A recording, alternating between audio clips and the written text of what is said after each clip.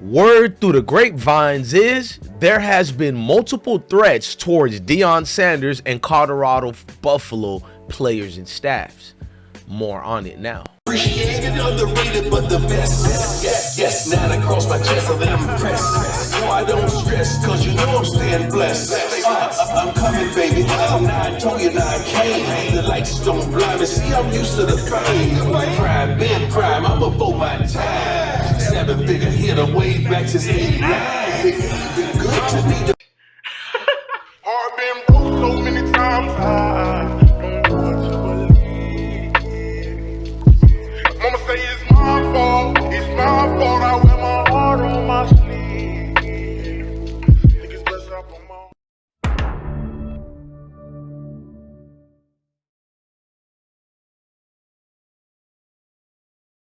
So Deion Sanders' bodyguard said this about Deion in Colorado regarding certain threats that were established.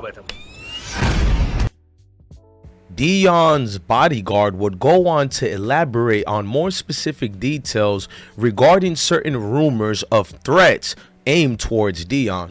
Now, his bodyguard, Michael Rhodes, was very adamantly on how serious this so-called threat was. Colorado football coach Deion Sanders received a very credible threat that 2 people were going to try to assault him last September. Among other threats he faced throughout the year, his bodyguard said in the new season of the Coach Prime document series. Sanders' bodyguard Michael Rhodes also revealed he uses nitrile gloves to handle Sanders' mail and run the mail through a machine to detect hazardous materials. Before the Colorado September 14 game against Colorado State, Rhodes even said multiple times that law enforcement agencies got involved to monitor his safety after receiving multiple threats concerning people trying to do harm to coach, including a threat that 2 people were trying to possibly tackle coach either before, during, or after the game. Now, this isn't surprising to any of us, and it's not new. If the sky is blue, then well, damn it, it's true. At the end of the day, I've been telling you guys things like that, and I'm glad the bodyguard put it out there because I've had several videos telling you that people are DMing me that guys have really been trying to do certain things to Coach Prime. Guys have been going out their way to show a biasness towards Colorado football. When we're playing against other opponents, it's like every announcer are rooting against Colorado Buffalo. You can literally see the visceral and hate that people have against a man such as Deion, and we all know it's deeper than Deion Sanders. It's deeper than football. It's bigger than football. We know the racial tones that were instilled into certain people from birth. So this thing is far deeper than that. With Deion Sanders, there's nothing he could have done better to make those people like him. That's why a lot of people are pretending to be enemies of Colorado when they've never paid attention to Colorado football.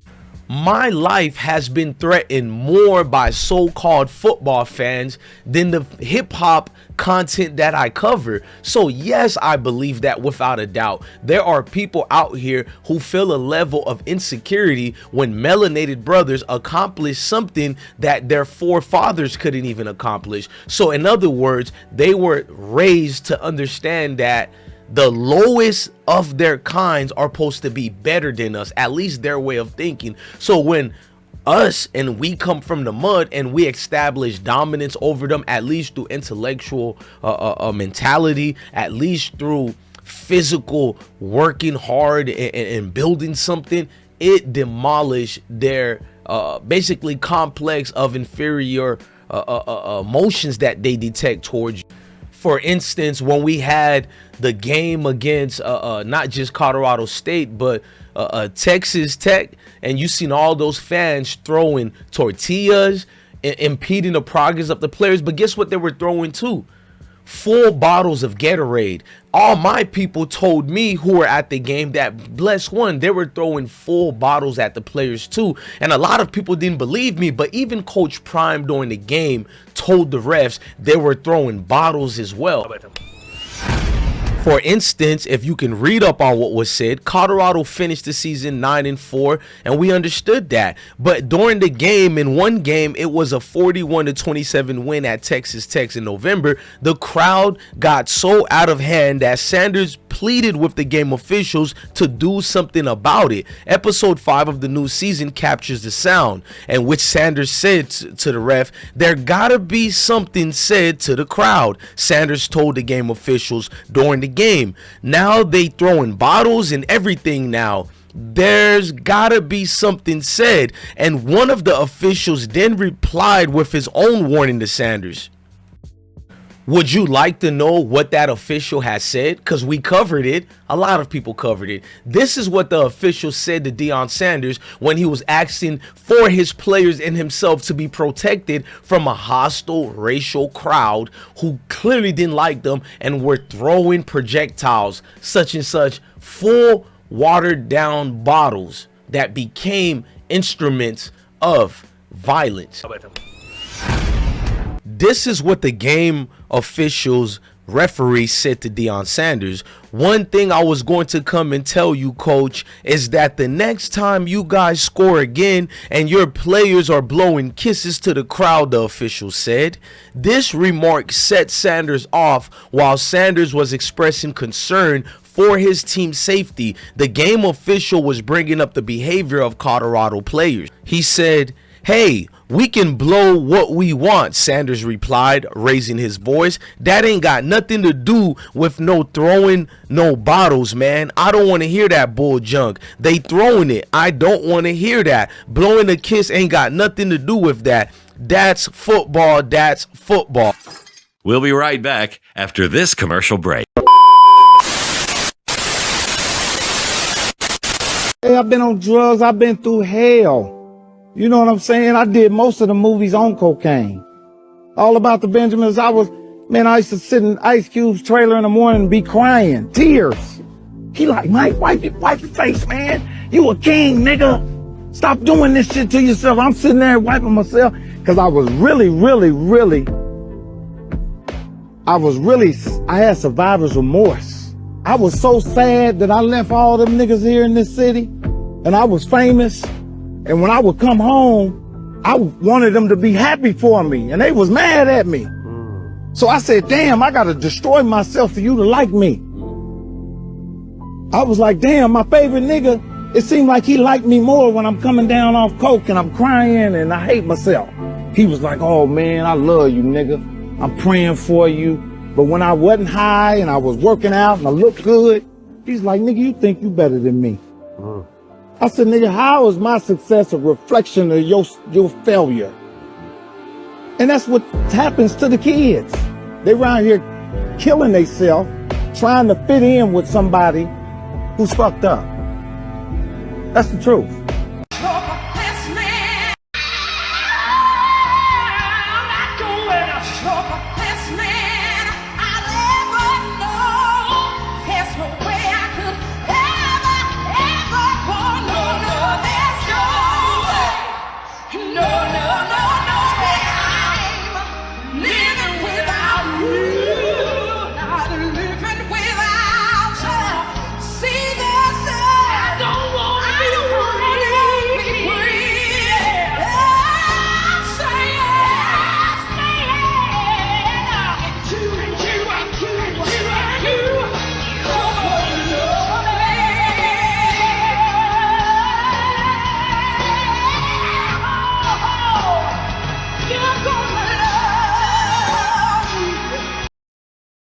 YouTube, make sure you hit the like button and share this video. Smash the like button and subscribe. Love to all of you great supporters.